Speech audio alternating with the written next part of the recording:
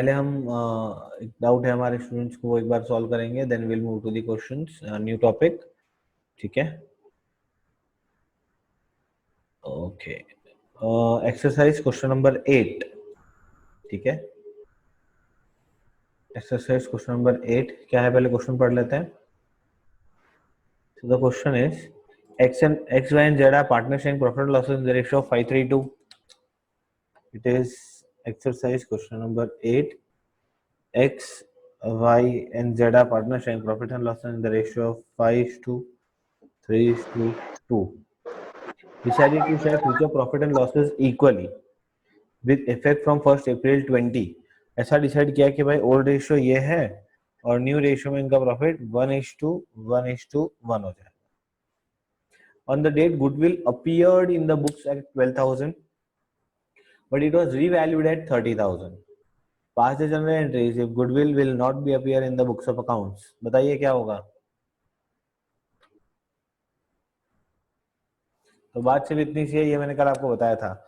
Goodwill already कितना दिख रही है, 12। ठीक है, आपको गुडविल रेज करनी है। कितनी रेज करनी है, कितनी रेज करनी है, 18,000 रेज करना पड़ेगा, तब टोटल गुडविल कितना हो जाएगा, 30। और क्लियर बोल दिया it is not to be shown in books of accounts, तो क्या करेंगे 30,000 को राइट ऑफ कर देंगे। ठीक है, तो 18,000 आप रेज करोगे कौन से रेशियो में, ओपीओआर, और 30,000 आप राइट ऑफ करोगे कौन से रेशियो में, एनपीएनआर। आप बोले तो एंट्री बता दूं, इसकी एंट्री आएगी। अच्छा पहले आपको इसमें फाइन करना पड़ेगा, ओपीओआर ही करना है ना, ओल्ड पार्टनर ओल्ड रेशियो। तो यहाँ पे एंट्री होगी goodwill account debit to X capital, Y's capital, जेड्स कैपिटल। 18,000 को 532 में बांटना है।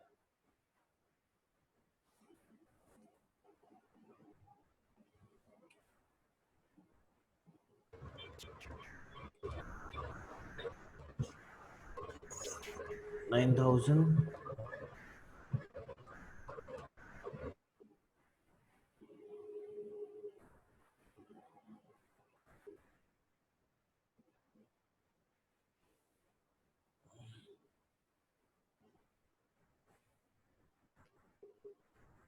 ओके। ये फर्स्ट एंट्री गुडविल को बनाने की, और पूरी गुडविल राइट ऑफ कर दो।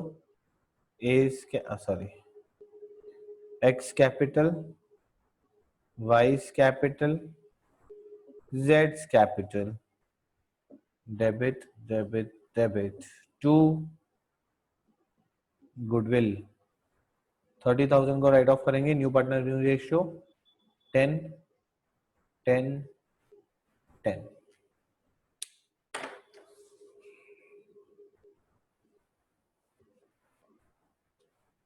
Is it clear?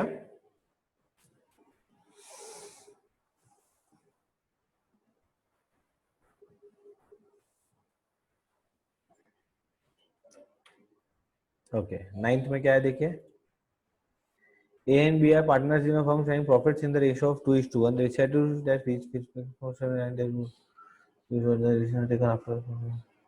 ये कल वाला क्वेश्चन है सेम। ठीक है, तो आपको चाहिए तो मैं इसको सॉल्व कर लेता हूं। तो जिनको कल वाला वो सेकंड पार्ट ए और बी वाला या एक्स और वाई वाला समझ नहीं आया था, वो एक बार फिर से देख लीजिएगा। सेम जो कल वाला क्वेश्चन था उसी टाइप का ये एक और क्वेश्चन है, जहां पे गुडविल को आपने वैल्यू किया है, आपने रेशियो को चेंज किया है, बट रिट्रोस्पेक्टिव इफेक्ट से। रिट्रोस्पेक्टिव इफेक्ट मतलब पास्ट में जाके आपने रेशियोज को चेंज किया है। ठीक है, तो एक बार अच्छे से देख लीजिए।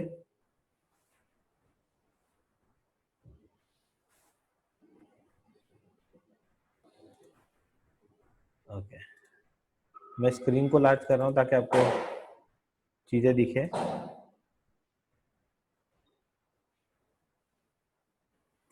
So the question is, A and B are partners in a firm sharing profit and losses in the ratio of 2:1. It is exercise sum number 9. Okay, partners हैं A and B, old ratio है 2:1. They decided that with effect from 1st April 19, they would share the profits in the ratio of 3:2. वही new ratio 3:2 है, ठीक है. But कब से है ये रेशियो इफेक्ट हुआ है 1/4/19 से, तब से अप्लाई हो गया. But the decision was taken after the profit of year ending 31 March 2019 distributed in the old ratio. मतलब क्या हुआ कि डिसीजन जब लिया ना, तब ऑलरेडी 31 मार्च 20 का जो प्रॉफिट था कितना 90,000 का, उसको आप डिस्ट्रीब्यूट कर चुके थे ओल्ड रेशियो में. एक्चुअली प्रॉफिट कौन से रेशियो में जाना चाहिए था?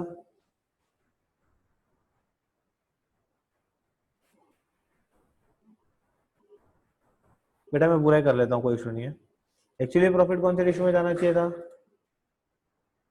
It should have been distributed in the new ratio, क्योंकि यहाँ से तो रेशियो बदल गया है और ये करंट ईयर का प्रॉफिट है, बट इन्होंने ओल्ड रेशियो में बांट दिया. चलो कोई बात नहीं, हम दे देंगे. Firm's goodwill was valued on the basis of aggregate of 2 years profit preceding to the date of decision become effective. जब से डिसीजन इफेक्टिव हुआ उसके पिछले 2 साल का एग्रीगेट का मतलब क्या होगा? Total profit for the year and 31 March 18 and 19 were 60 and 70 respectively. It was decided that goodwill account will not be opened in the books of a firm. Necessary adjustment to be made through capital accounts, which on 31 March stood at 150 and 90 for B. ठीक है, clear हो गया बात, कुछ नहीं है. सबसे पहले सैक्रिफाइसिंग रेशियो फाइंड करो. ए का सैक्रिफाइसिंग क्या आएगा? Old minus new, 2/3 minus 3/5.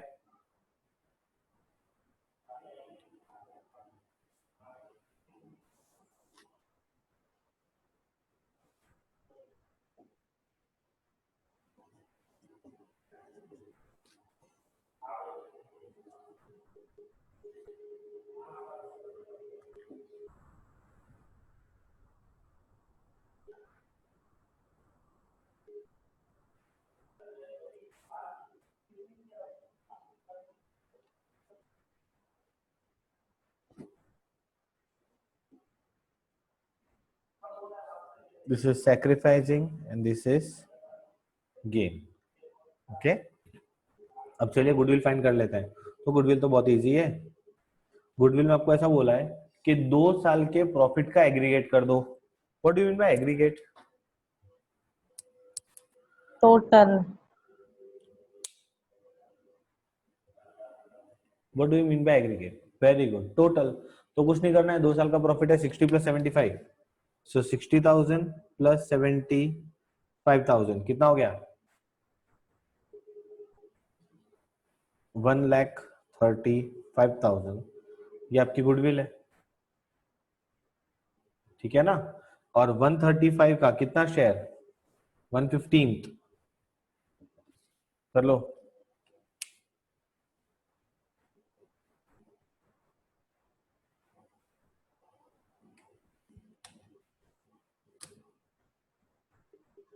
$9,000. कौन किसको देगा?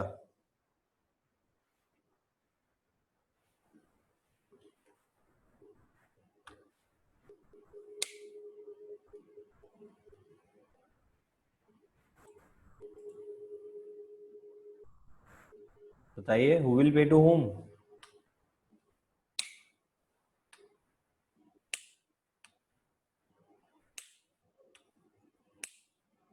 Very good. So first entry क्या आएगी? B's capital account debit to A's capital account 9,000. Clear? First part clear हो गया सबको?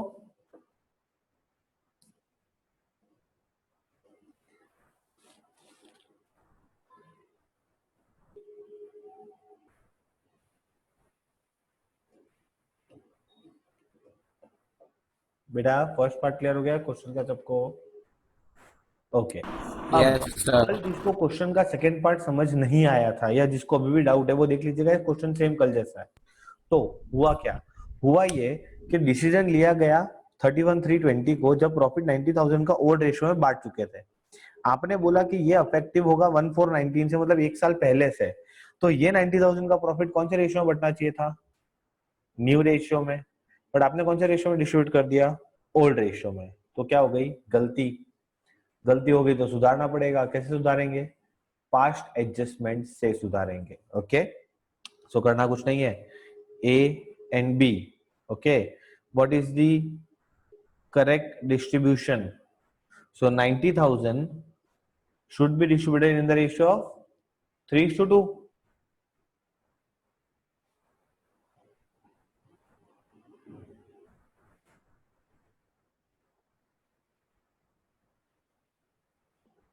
That is 54, 38, नहीं 36.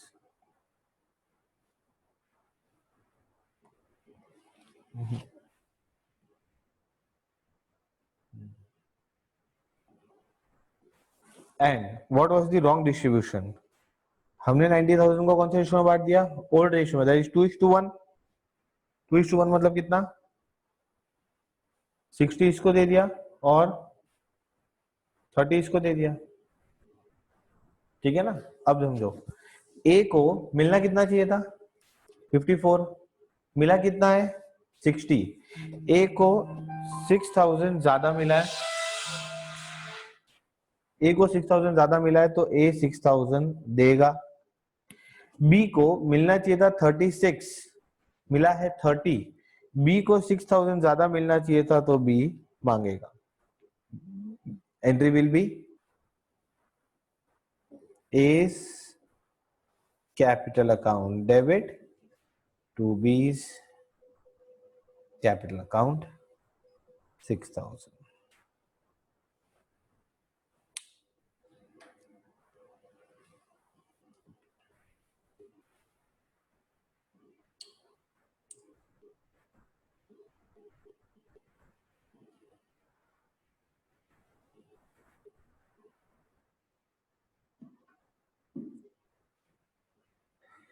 समझ में आ गया बेटा सबको?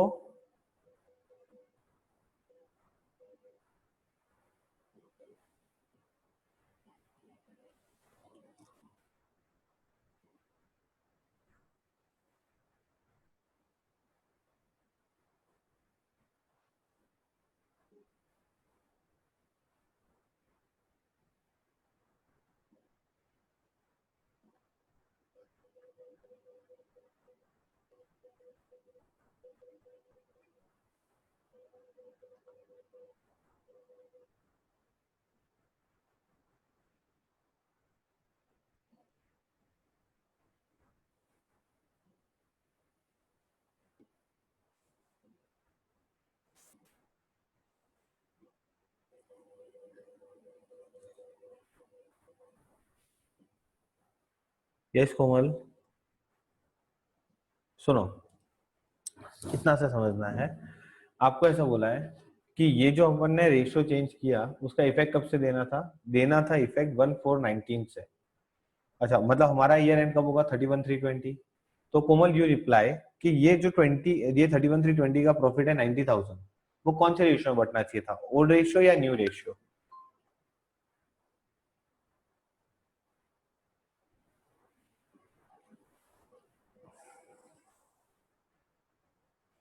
कैसे ओल्ड बेटा? आपको ऐसा बोला है कि ये जो प्रॉफिट जो रेशियो चेंज किया है ना, उसका इफेक्ट कब से देना है? उसका इफेक्ट 1/4/19 से दे देना है। तो जो भी आपने प्रॉफिट कमाया 1920 में, वो कौन से रेशियो में बंटना चाहिए था? ओल्ड या न्यू? अच्छा कोमल, अगर नहीं समझ में आया तो मैं आपको एक एग्जांपल और देता हूँ लाइव, ठीक है? कोमल सुनिएगा अच्छे से, और सारे स्टूडेंट सुनिएगा। समझो कि मैंने और कोमल ने, हम लोग पार्टनरशिप कर रहे हैं, मैं और कोमल बहुत सालों से, ठीक है? तो अब हुआ कि कोमल जो है ना, वो पिछले 1-1.5 साल से अच्छा काम कर रही है, ठीक है? So what did we did, आज क्या डेट है? 5 जून। हमने सोचा एक काम करते हैं, 5 जून को हम रेशियो चेंज कर देते हैं। पहले हमारा रेशियो था 2:1, पहले हमारा रेशियो क्या था? 2:1। अब हमने ऐसा सोचा एक काम करते हैं, हम रेशियो बदल देते हैं 3:2। अच्छा, बट इस रेशियो का इफेक्ट कब से देंगे?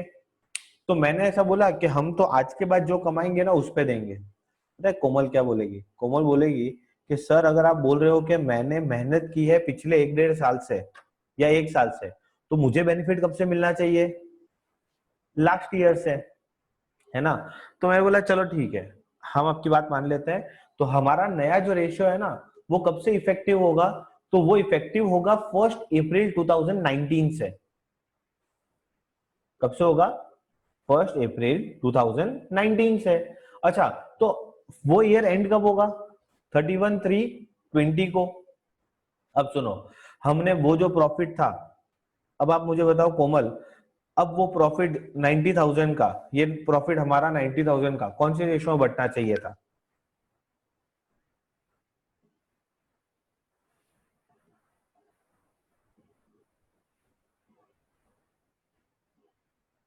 Very good, new. क्यों? क्योंकि हमने रेशियो, अपने रेशियो पीछे से बदला है। बट आपने क्या कर दिया? आपने गलती कर दी, आपने इसको कौन से रेशियो में बांट दिया? Old ratio. तो व्हाट विल डू, ये पास्ट एडजस्टमेंट का टॉपिक है जो चैप्टर नंबर 2 का है कि भाई 90,000 डिस्ट्रीब्यूट होना चाहिए था कौन से? What is the correct distribution? तो करेक्ट डिस्ट्रीब्यूशन इज 3:2। तो इसको 54 मिलना चाहिए था, इसको 36 मिलना चाहिए था। ठीक है, आपने क्या किया? आपने 90,000 को ओल्ड रेशियो में बांट दिया, मतलब 2:1 में। इसको 60 दे दिया, इसको 30 दे दिया। नाउ ए को मिलना कितना चाहिए था? ए को मिलना कितना चाहिए था?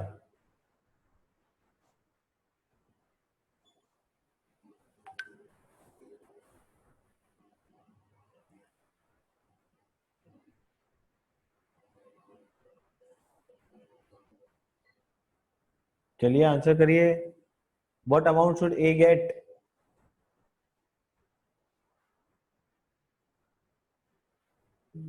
54। और ए को मिला कितना है?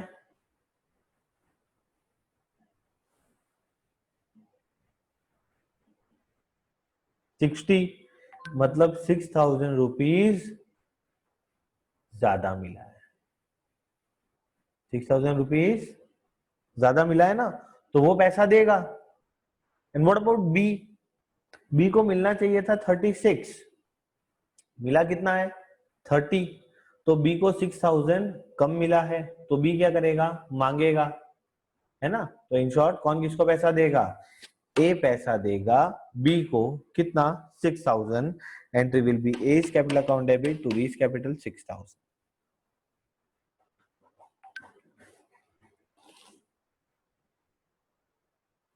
क्लियर? अब क्लियर हो गया सबको? किसी को बेटा डाउट है इसमें?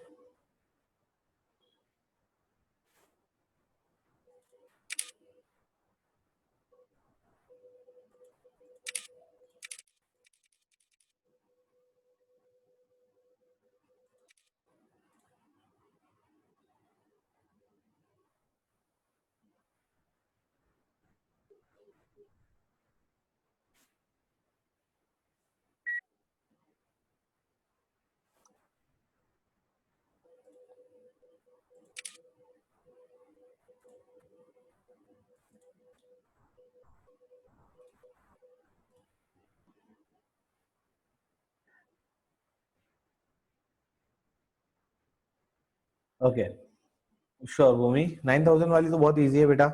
9,000 वाले में हम जो अभी तक करते आए वही करना है। सबसे पहले हमने क्या फाइंड किया? हमने सेक्रीफाइसिंग या गेनिंग फाइंड किया। ठीक है, तो हमें पता चला कि भाई ये 1/15 सेक्रीफाइस कर रहा है और ये 1/15 गेन कर रहा है।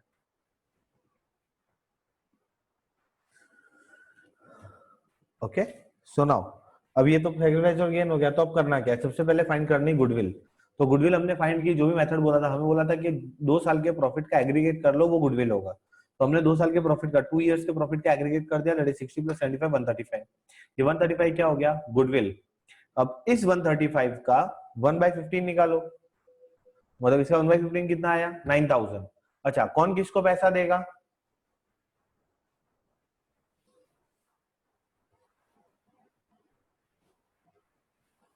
कौन किसको पैसा देगा? भूमि, वेरी गुड। जो गेन कर रहा है वो देगा किसको? सैक्रिफाइसिंग वाले को। तो एंट्री हो गई, क्या हो गई? B's capital account debit to A's capital 9,000।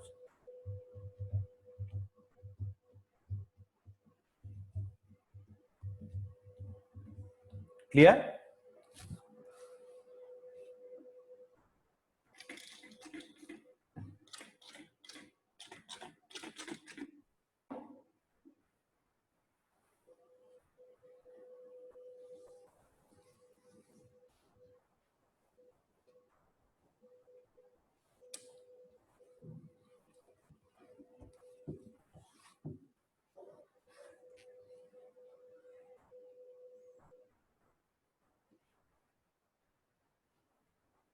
कौन है ये?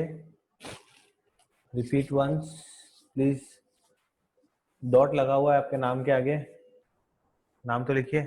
क्रिशा, ओके। क्रिशा आपके नाम के आगे डॉट लगा है, ठीक है, no issue. Krisha, that was the point जो हमने ऑलरेडी डिस्कस किया था कि फर्म की गुडविल है 1,35,000 एंड उसके अंदर A B, A was sacrificing 1/15th, B was gaining 1/15th. Okay, so what we did, हमने गुडविल का 1,35,000 was गुडविल, तो इसका 1/15th कर लिया, that comes to 9,000. अब 9,000 कौन किसको देगा? जो गेन कर रहा है वो देगा सैक्रिफाइसिंग करने वाले को, है ना? So what will be the entry? It will be B's capital account debit to A's capital account, 9,000. Clear?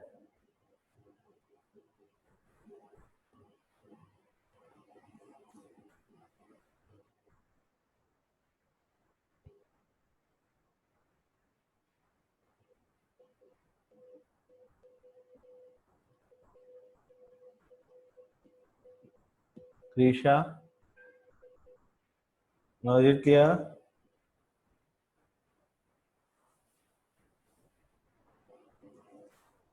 Okay, तो चलिए बढ़ते हैं आज के हमारे नए टॉपिक की तरफ। एक बार आपको बता दूं हमने कौन से टॉपिक कर लिए हैं इस चैप्टर के अंदर। हमने सबसे पहला टॉपिक देखा था चेंज इन रेशियोज, जहां पे हमने फाइंड किया सैक्रिफाइसिंग या गेनिंग, ठीक है। देन ओके वेट, बेटा do one thing, I think इसका टाइम शायद खत्म होने आया होगा।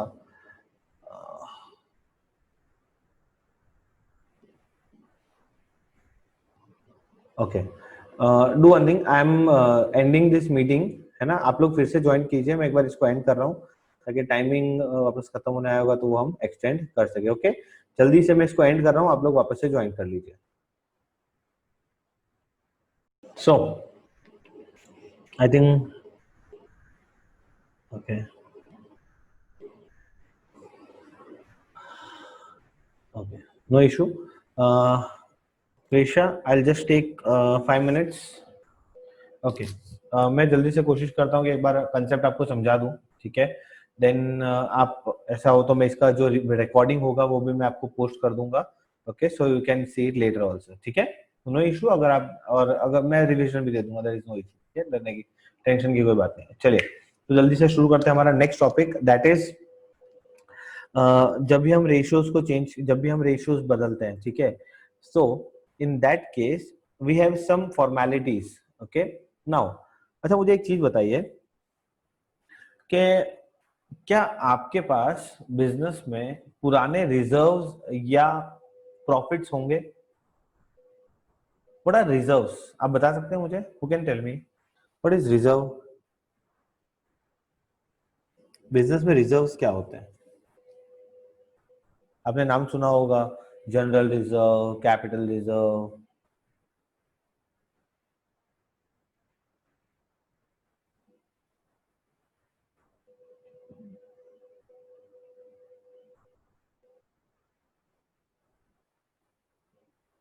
ओके, लेफ्ट ओवर प्रॉफिट, ठीक है।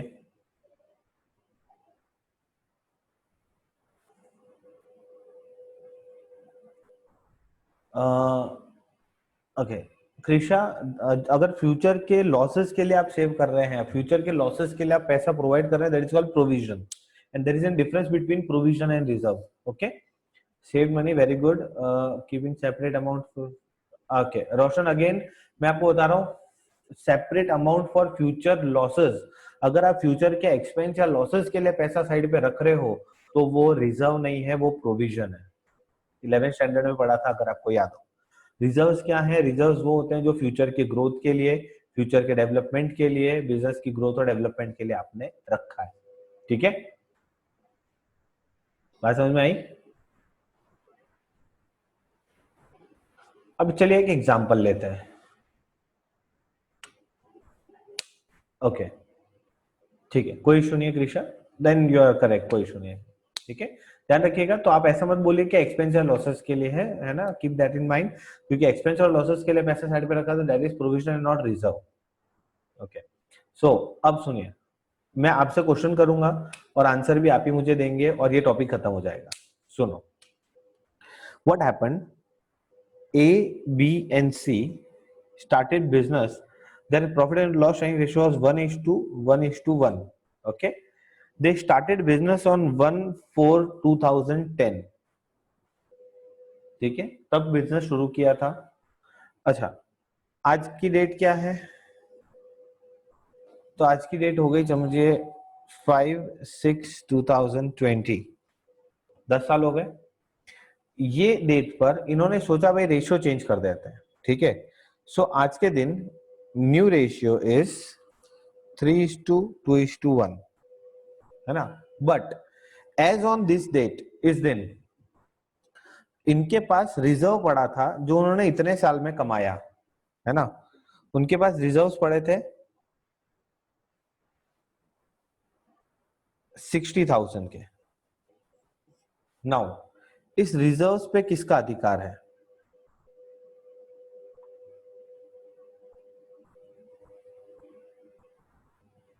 ऑब्वियसली पार्टनर्स का, क्योंकि ये पैसा बचाया किसका है? ये पैसा किसने बचाया है? पार्टनर्स ने बचाया है।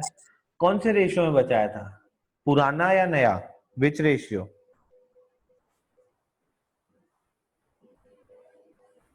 Very good. तो हमेशा याद रखिएगा, बच्चे हमेशा कंफ्यूज होते हैं। मैं आपको एक चीज बता दूं, ये रेशियो पुराने हैं तो पार्टनर्स की मेहनत भी कैसी है? पुरानी। तो हमेशा याद रखिएगा, चाहे ओल्ड रिजर्व्स हो या फिर ओल्ड लॉसेस हो, हमेशा कौन से रेशियो में जाएंगे? It is always always always old partner old ratio.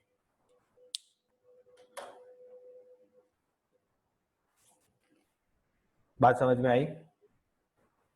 ये आपको मैंने कहा, ये ऐसा समझो इस पॉइंट की सिर्फ शुरुआत है। Is it clear? तो ओल्ड रिजर्व्स हो, पुराने रिजर्व्स हो या पुराने लॉसेस हो, कौन से रेशियो में जाते हैं? Old partner old ratio. Is it clear?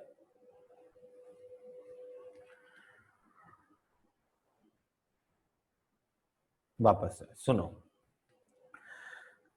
1/4/2010 से आपने बिजनेस शुरू किया, आज तक 5/6/2020 तक आप बिजनेस कर रहे हैं।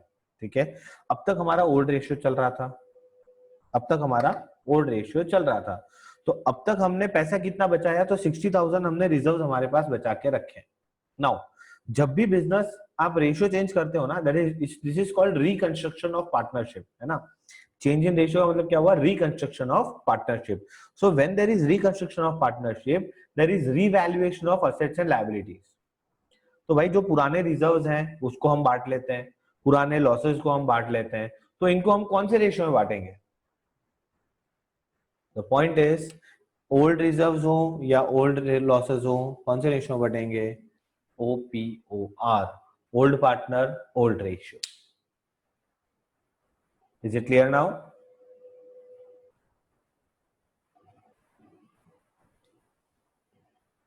अब सुनो, अब आप बोल रहे हो एंड न्यू, तो नई कहानी कहां से शुरू हो रही है? नई कहानी यहां से शुरू होगी, that is from this date. इसके बाद आप जो भी रेशियो, जो भी लॉसेस या जो भी रिजर्व्स होंगे इसके बाद, वो कौन से रेशियो में जाएंगे? New ratio.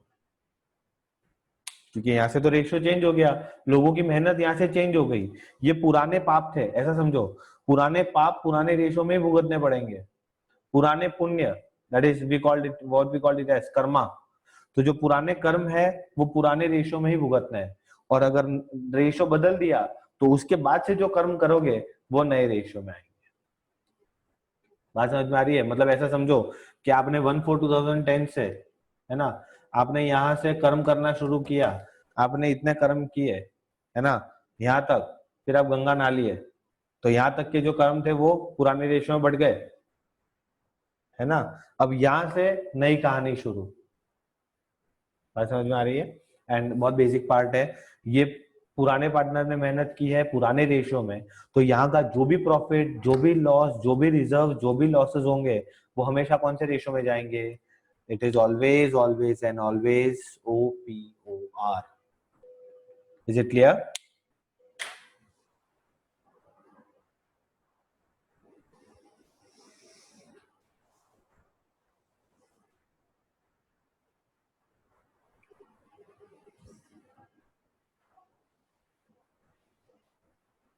ओके, तो चलिए अब बात कर लेते हैं। जब रिजर्व्स की बात निकली है तो ये बात आती है कि सर कौन से रिजर्व्स को बांटेंगे। तो आपको बता दूं, there are two type of reserves जो ये हमें यहाँ पे ध्यान रखना है, ठीक है, ध्यान रखिएगा। कौन से रिजर्व्स को बांटना है वो भी मैं बता रहा हूँ, और कौन से रिजर्व्स को नहीं बांटना है वो भी मैं आपको बता रहा हूँ, ठीक है। सो ध्यान रखिएगा, जब बात आती है रिजर्व्स की,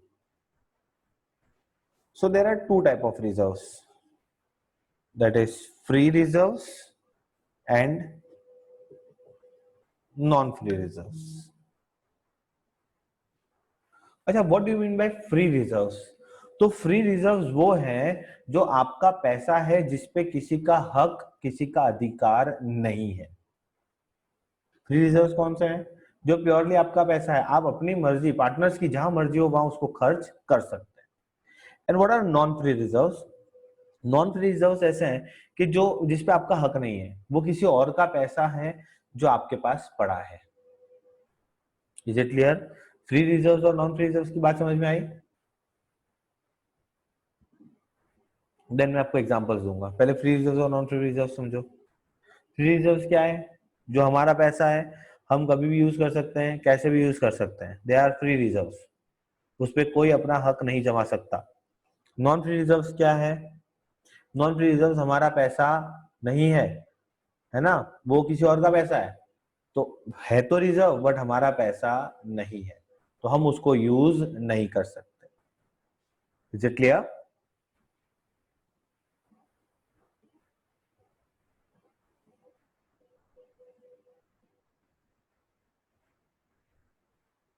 तो अब समझो, मैं आपको एग्जांपल देता हूं और आपको फ्री रिजर्व्स और नॉन फ्री रिजर्व समझाता हूं।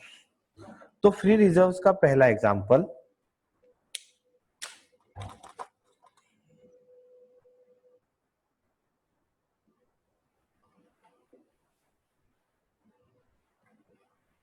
अच्छा, जनरल रिजर्व क्या होता है? इसका नाम ही है क्या, जनरल रिजर्व। भाई किसी भी चीज के लिए ये पैसा काम आ सकता है, फ्री या नॉन फ्री।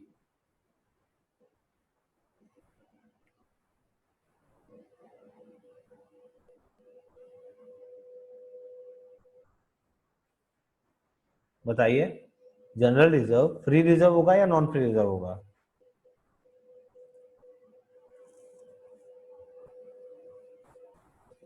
तो point is, general reserve is always free reserve, ठीक है। ये रिजर्व कैसा है? फ्री रिजर्व है, आपका पैसा है, कहीं भी यूज कर सकते हो। इसी कैटेगरी में दूसरा, कैपिटल रिजर्व। अगेन किसका पैसा? पार्टनर का पैसा, पार्टनर यूज कर सकते हैं, फ्री रिजर्व है। इसी में थर्ड,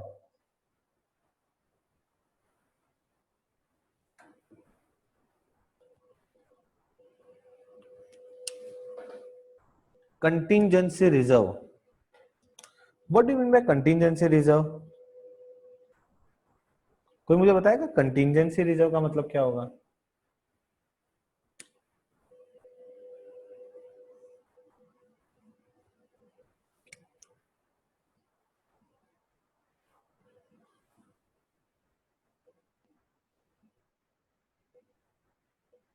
ठीक है, आपको पता नहीं होगा, मैं आपको बताता हूँ। कंटिंजेंसी रिजर्व ऐसा है बेटा कि ये पैसा फ्यूचर के किसी इवेंट के लिए साइड में रखा है, मतलब आपको नहीं पता। Very good Krishna.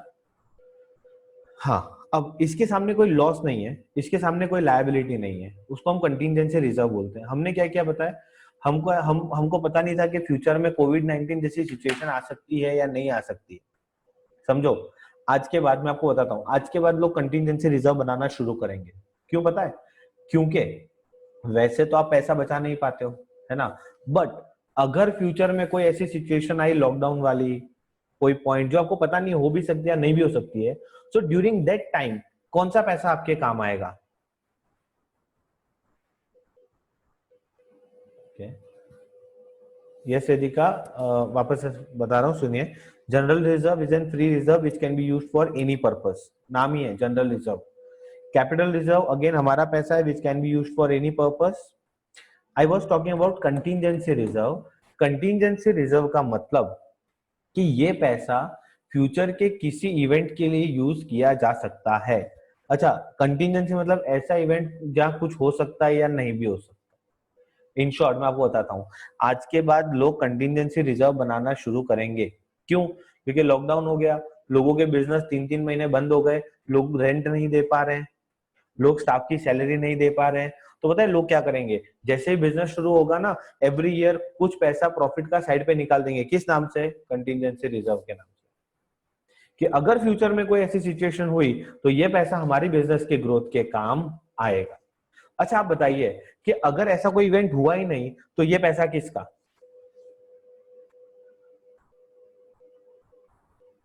क्या आपका ओनर आपको आके बोल सकता है कि आपने पैसा कंटीजेंसी रिजर्व में रखा है, लो मुझे दे दो, आपने रेंट के लिए साइड पे रखा था? The answer is no. ये पैसा किसी का हक का नहीं है, पार्टनर्स का पैसा है। तो ये क्या कौन सा रिजर्व हो गया? Free reserve. Is it clear? अच्छा, तो एक काम करते हैं, आ जाते हैं हम एक नॉन फ्री रिजर्व्स में। इसमें मैं पहला एग्जांपल देता हूं। आपने नाम सुना है provident fund?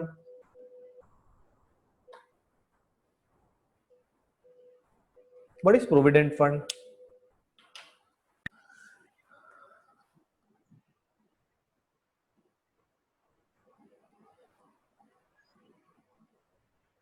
Okay, no issue. किसी को याद है बेटा प्रोविडेंट फंड?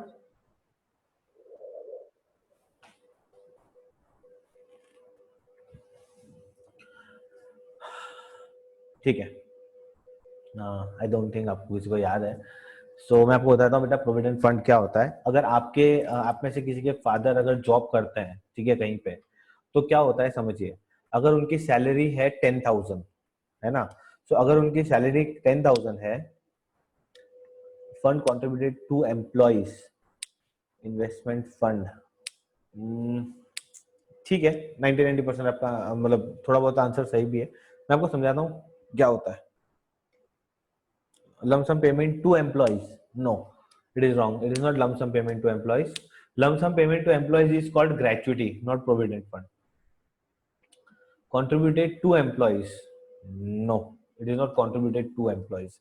समझ लो सिचुएशन क्या है कि अगर किसी एम्प्लॉय की सैलरी 10,000 है ना, तो गवर्नमेंट पता है क्या बोलती है? गवर्नमेंट बोलती है काम करो, इसकी सैलरी 10,000 है ना, इसमें से 500 रुपए हमें दे दो।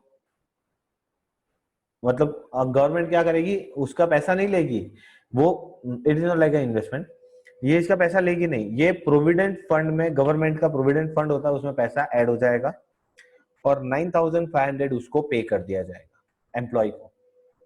एवरी मंथ क्या करेगा? ओनर 500 रुपए कट करेगा और जमा कर लेगा, 500 रुपए कट कर लेगा और जमा कर लेगा, 500 रुपए कट करेगा। अच्छा, कब तक? जब तक वो एम्प्लॉय आपके फॉर्म में है या टिल हिज रिटायरमेंट। नाउ जब वो बंदा छोड़ के जाएगा तो क्या वो ये जितने भी पैसा जमा किया है प्रोविडेंट फंड का, क्या वो उसको मांग सकता है या नहीं? ये इसका पैसा है या नहीं है? The answer is yes. The answer is yes. ये पैसा मांगेगा, मांग सकता है नहीं बेटा, मांगेगा ही, क्योंकि ये एम्प्लॉय का पैसा है। आपने 10,000 की सैलरी में से 500 रुपए कट कर लिया था हर महीने, तो now this money is called as provident fund. ठीक है, किसने जमा किया है, किसने जमा किया है, पार्टनर्स ने जमा किया है, पैसा जमा उनके पास पड़ा है या बिजनेस किसी के पास पड़ा है?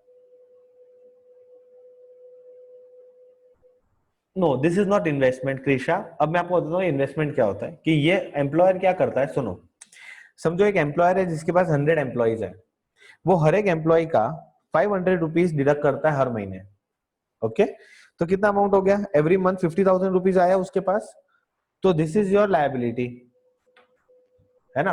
नाउ व्हाट ही डिड, कि अब भाई 50,000 पड़ा रहेगा तो काम थोड़ी आना है, अंडे थोड़ी देगा, पैसा बढ़ेगा। व्हाट ही डिड, इस 50,000 को वो इन्वेस्ट कर देता है। Now this 50,000 is called provident fund investment, ये असेट है।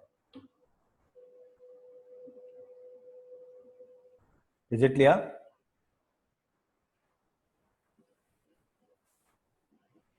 So this 50,000 is your liability, इसलिए इसको बोलते हैं नॉन फ्री रिजर्व्स। क्यों नॉन फ्री रिजर्व्स? क्योंकि ये एम्प्लॉय का पैसा है, वो कभी भी मांग सकता है। क्लियर? नाउ अब मैं एक और फ्री रिजर्व में आता हूं। एक और फ्री रिजर्व का नाम है प्रॉफिट एंड लॉस अकाउंट। अब ये प्रॉफिट एंड लॉस अकाउंट क्या है, तो समझिए, आपने 11th स्टैंडर्ड में फाइनल अकाउंट्स पढ़ा था, उसमें आप नेट प्रॉफिट को क्या करते थे?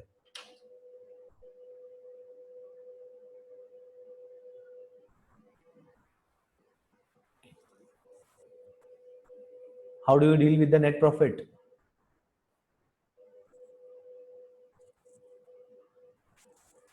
वेरी गुड, आप बैलेंस शीट में ऐड कर देते हैं, कहां पे? कैपिटल में, बरोबर। बट अब क्या करते हैं पता है, जनरली व्हाट बिजनेसेस डू, वो कैपिटल में ऐड नहीं करते हैं, वो कैपिटल उतना का उतना ही रहने देते हैं। बैलेंस शीट के अंदर एक नया कॉलम बनाते हैं कैपिटल के नीचे, दैट इज P&L अकाउंट, और जो भी प्रॉफिट आता है वो इसमें ऐड करते जाते हैं एवरी ईयर का। नॉट असेट साइड में, हियर लायबिलिटी साइड। बात समझ में आ रही है? सो ये P&L अगेन आपका क्या बन जाएगा, a kind of reserve. But कौन सा? फ्री रिजर्व, क्योंकि इस पे किसी का अधिकार नहीं है, पार्टनर का अधिकार। ध्यान रखना, P&L का क्रेडिट बैलेंस होगा तो ये प्रॉफिट है। ओके, मैं आपको लॉसेस के बारे में बताऊंगा, अभी तो हम सिर्फ रिजर्व्स के बारे में बात कर रहे हैं। इतना पार्ट क्लियर है?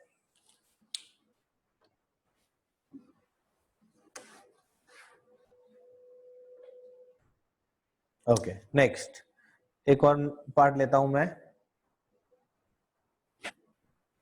Workers accident compensation fund. What do you mean bye workers accident compensation fund? तो ये क्या होता है, सुनिए, कि आपके फैक्ट्री के अंदर आप एक फंड बनाते हो, एक पैसा साइड पे रखते हो, किसके लिए?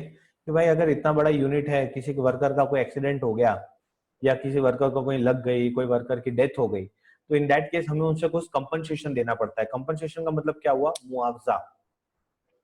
समझो, अगर आपने सुना हो तो ऐसा होता है कई बार, कोई ट्रेन एक्सीडेंट हो गया या कोई बस एक्सीडेंट हो गया, तो कई बार गवर्नमेंट क्या बोलती है कि भाई जो भी जिसकी भी डेथ हुई है उसको गवर्नमेंट 2-2 लाख रुपए देगी, 1-1 लाख रुपए, 5-5 लाख रुपए देगी, that is called compensation. Okay, तो हम क्या करते हैं, हम बिजनेस में से कुछ पैसा साइड पे निकालते हैं, किसके नाम से? Workers accident compensation fund.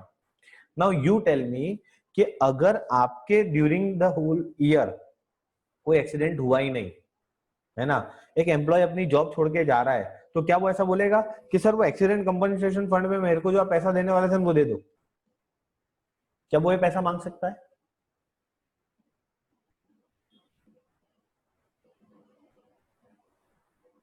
Very good, the answer is no, क्योंकि ये पैसा किसका है, ये पैसा पार्टनर का है। ये तो एक सेफर साइड उन्होंने साइड पे रखा है, अगर कुछ हुआ तो इसमें से पैसा निकाल के दे देंगे, नहीं हुआ तो ये पैसा किसका है, पार्टनर्स का। So it is again a free reserve. Is it clear?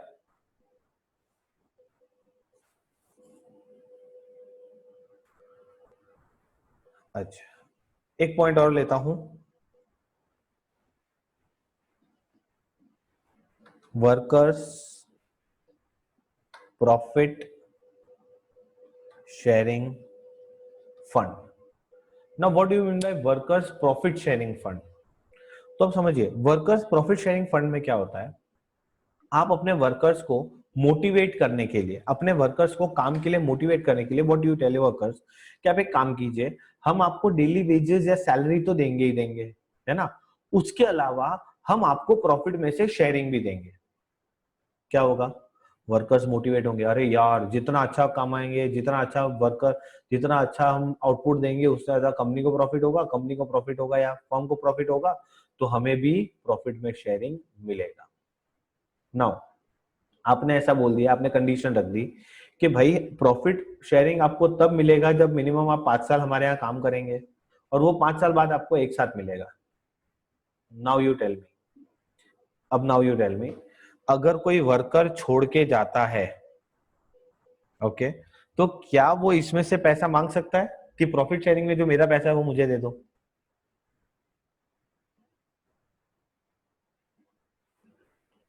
The answer is yes, क्योंकि ये उसका पैसा है। आपने बोला है पैसा किसको मिलेगा, पैसा किसका है, वर्कर का, ठीक है, वॉट एवर द कंडीशन में भी, आपने बोला ना वर्कर का पैसा है, मैं ऐसा बोल रहा हूँ वर्कर के लिए नहीं, हाँ देयर इज अ डिफरेंस। ये क्या था, ये वर्कर के लिए था, जबकि ये किसका पैसा है, वर्कर का पैसा है जो आपने फंड बना के रखा है। तो जब भी कोई वर्कर छोड़ के जाएगा, आपको इसमें से पैसा निकाल के उसको देना पड़ेगा, क्योंकि ये उसका पैसा है, उसका हक है, उसका अधिकार है। Is it clear? So this workers profit sharing fund is non-free reserves.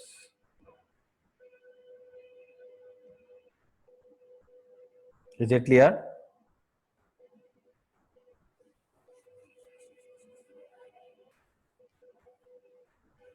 यहां तक क्लियर है बेटा सबको?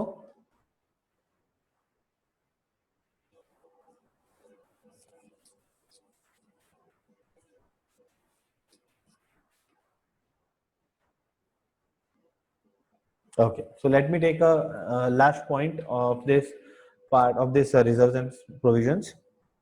एक और फ्री रिजर्व जिसका नाम आप सुनोगे, उसका नाम होता है investment fluctuation fund. Now what is this investment fluctuation fund? हम क्या करते हैं, हमने जो इन्वेस्टमेंट कर रखा है, ठीक है, इन्वेस्टमेंट मतलब हमने किसी कंपनी के शेयर बाय किए हैं, किसी कंपनी के डिबेंचर बाय किए हैं, ठीक है, तो अब उसमें क्या होता है, उसके प्राइस में फ्लक्चुएशन होते हैं। समझो 100 का शेयर 80 हो गया, तो क्या वो प्राइस कम हो गया, 100 का शेयर 110 हो गया, प्राइस बढ़ गया। नाउ जब ये प्राइस डिक्रीज होता है तब क्या हमें लॉस होता है?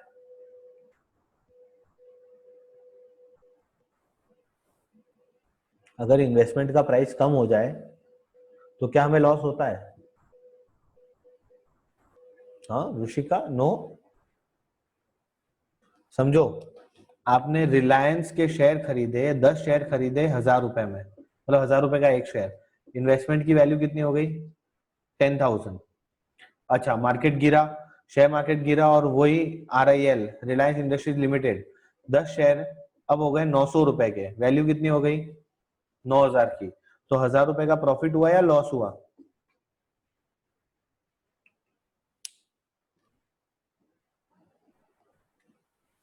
1000 का लॉस हुआ, तो ध्यान रखिए। अच्छा तो ये इन्वेस्टमेंट की वैल्यू कम होने पे क्या हुआ, लॉस। नाउ ये लॉस हमारी बुक्स को डायरेक्ट इफेक्ट ना करे, इसीलिए हम क्या करते हैं, हम एक रिजर्व बनाते हैं। क्या रिजर्व बनाएंगे, इन्वेस्टमेंट फ्लक्चुएशन फंड के नाम का रिजर्व बनाएंगे, ठीक है, जो भी लॉसेस होंगे उसको कहां से सेट ऑफ करेंगे, इस फंड में से। अच्छा 11th स्टैंडर्ड में BDR नाम का एक वर्ड सुना था आपने, प्रोविजन फॉर डाउटफुल डेट, ये वर्ड सुना था कहीं आपने? यस, क्या होता है provision for doubtful debt, bed date reserve?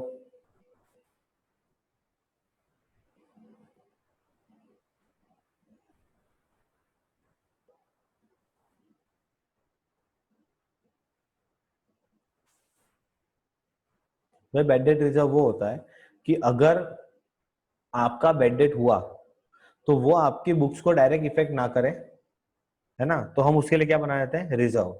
अच्छा आप समझो, आपके पास बीडीआर है 1000 और आपका बेड डेट हो गया 1200, तो इसकी इफेक्ट क्या होगी बता सकते हो मुझे? बीडीआर 1000 था, बेड डेट हो गया 1200, क्या इफेक्ट होगा?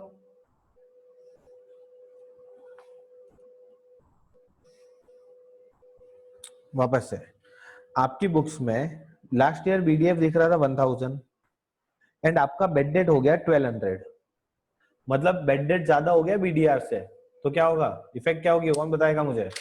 चलो दिमाग चलाओ, दिमाग के ताले खोलो फटाफट, बताओ क्या होगा जल्दी से।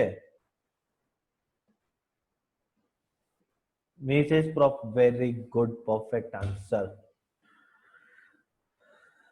So the point is, ये 1200 में से 1000 कहां से सेट ऑफ होगा, बीडीआर में से सेट ऑफ होगा। एडिशनल लॉस कितने का हुआ, 200, ये जाएगा पीएनएल डेबिट पे, याद है ना, ऐसा होता था, तभी हम वो रिजर्व बनाते थे, two BD old plus BD new वो बनाते थे, वो ऐसे ही होगा। बात समझ में आ रही है?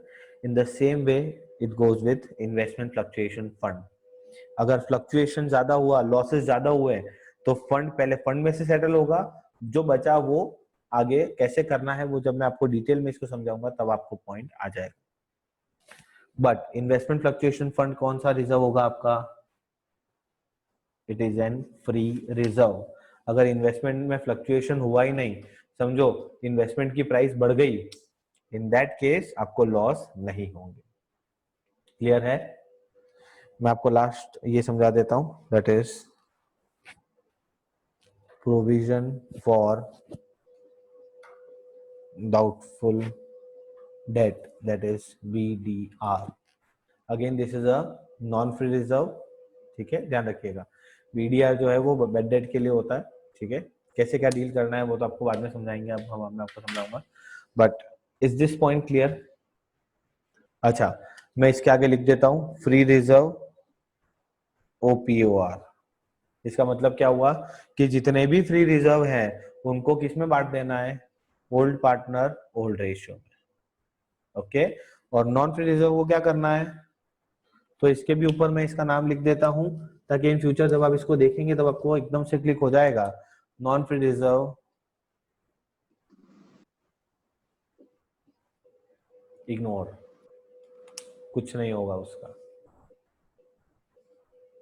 Is it clear?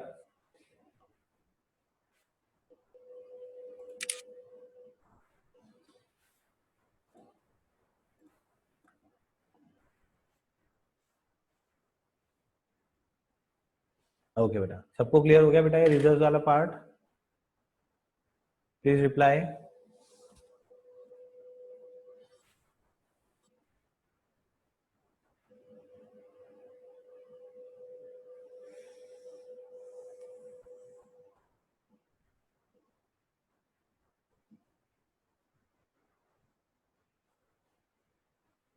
जल्दी से बेटा सब रिप्लाई कर दो फटाफट, पता चले मुझे क्या स्टेटस है। सबको समझ में आ गया? ग्रेट। एयर, रोशन, यस एयर, आप एयर को यस बोल रहे हो, ठीक है, ओके। सो नो इशू, आज का बैच बस इधर ही मैं एंड करूंगा। सो द पॉइंट इज के सारे ओल्ड पार्टनर ओल्ड रेशियो जो भी रिजर्व्स हैं वो आपको कौन से फ्री है कौन से नॉन फ्री है वो आज का मेरा टॉपिक था जो मुझे बताना है, ओके। तो एक बार आप इसको देखिएगा, ठीक है। Will meet tomorrow same time 6:30, okay, and हम इसको आगे बढ़ाएंगे, okay. So will meet tomorrow, till then stay home, stay safe, take care. Yes बेटा, I'll send you the recording in the group. मैं ग्रुप में रिकॉर्डिंग सेंड कर दूंगा आपको आज के ग्रुप की, इसके बैच की, विल गेट देयर, यूट्यूब का रिकॉर्डिंग आपको सेंड हो जाएगा। ये Sahana,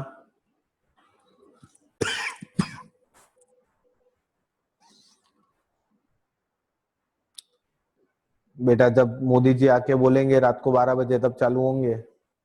We cannot say anything because government has restricted for schools and tuition classes. So physical classes अभी near future में तो चालू होते हुए नजर नहीं आ रहे हैं.